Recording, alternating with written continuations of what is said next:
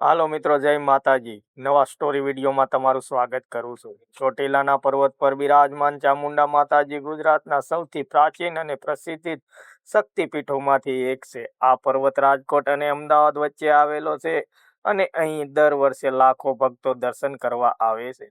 માતાજીનું સ્વરૂપ ચામુંડા માતા દેવી દુર્ગાનું ઉગ્ર અને શક્તિશાળી સ્વરૂપ માનવામાં આવે છે. પુરાણોમાં વર્ણન છે કે માતાજીએ ચંડ અને મૂળ નામના અસુરોનો સંહાર કર્યો હતો, તેથી તેમને ચામુંડા નામ મળ્યું હતું. કહેવાય છે કે પ્રાચીન સમયમાં આ પર્વત પર સાધુ સંતો તપ કરતા હતા. એક વખત દુષ્ટ શક્તિઓએ તેમને ત્રાસ આપ્યો, ત્યારે દેવી ચામુંડાએ અહીં પ્રગટ થઈને દુષ્ટોનો નાશ કર્યો અને પર્વત પર સ્થાયી થયા. ત્યારથી આ સ્થળ પવિત્ર બન્યું.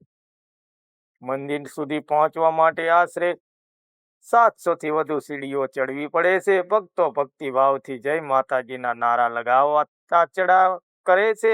પર્વતની ઊંચાઈ પરથી આસપાસનો સુંદર નજારો દેખાય છે. નવરાત્રિનો મહિમા. નવરાત્રિ દરમિયાન અહીંયા વિશેષ મેળો ભરાય છે. હજારો ભક્તો પગપાળા યાત્રા કરીને માતાજીના દર્શન કરે છે અને પોતાના મનના કામ પૂર્ણ થવાની પ્રાર્થના કરે છે.